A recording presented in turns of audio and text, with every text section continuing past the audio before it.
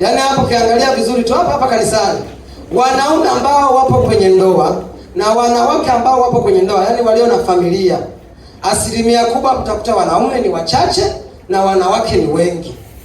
Sasa manake kumbe moja kwa moja ili somo linatuhusu wanaume. Bwana siwe sana.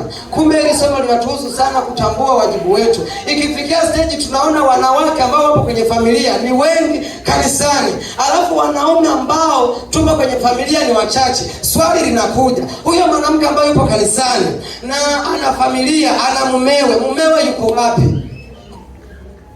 Bwana siwe sana. Kwa hiyo kumbe hili somo linatuhusu kama wanaume.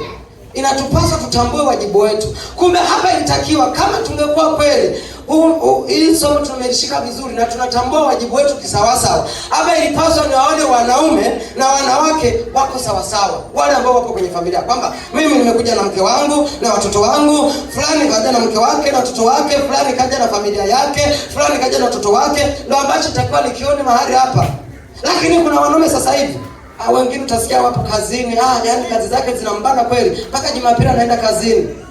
Ila ni kwa sababu gani? Ndio ile sasa kwamba tumejiweka wanaume kwamba sisi ndio wa kupambana kwa ajili ya kazi tu, ili mradi tulinde familia kwa kuiendesha kiuchumi. Tunasahau kwamba inapaswa kuisimamia familia kuanzia kwenye swala la kumcha Mungu, la kumtumikia Mungu, la kanisani, kwa sababu bila Mungu.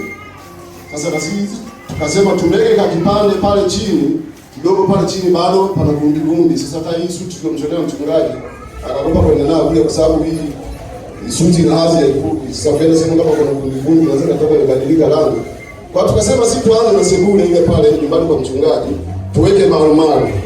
Kwa zawadi yetu tutakuwa tuweka marumaru.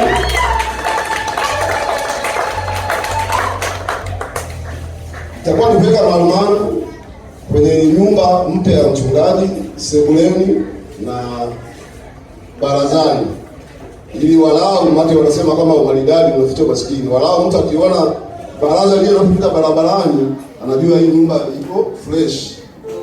Akifika sebuleni anajua mambo yako fresh. Chumbani kule sinaingia mchungaji tu kule, au kwao mimi hatuwezi kujua, tunajua.